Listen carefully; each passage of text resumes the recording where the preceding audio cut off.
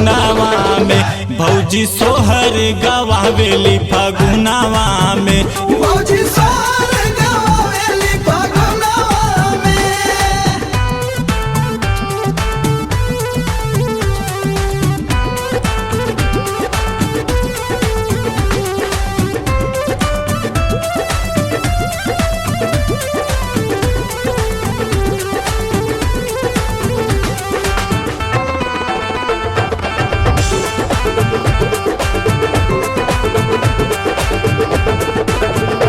बाजा भैया के सटा के पाहुर प्यार वाला खाके बाजा भैया के सटा के पाहुर प्यार वाला खाके पाटी चर कौलू रतिया अंगनवा में पाटी चर कौलू रतिया अंगनवा में भौजी सोहर गवावेली फगुनावा में भौजी सोहर गवावेली फगुनावा में।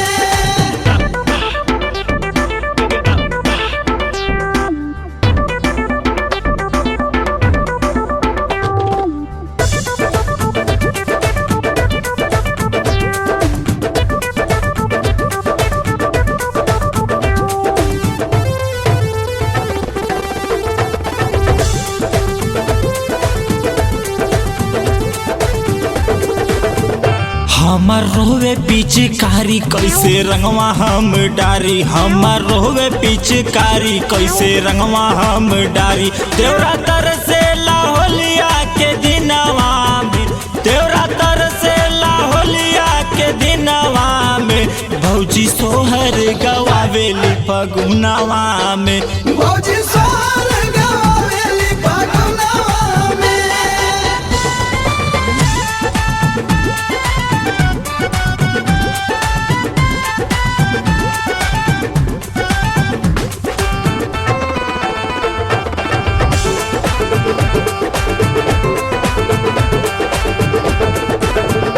खड़ा होई के दुआरी जो है दीपक तिवारी खड़ा होई के दुआरी जो है दीपक तिवारी जसवंत जो लाखरी हनवा में जसवंत जो लाखरी हनवा में भौजी सोहर गवावेली फगुनावा में भौजी सोहर गवावेली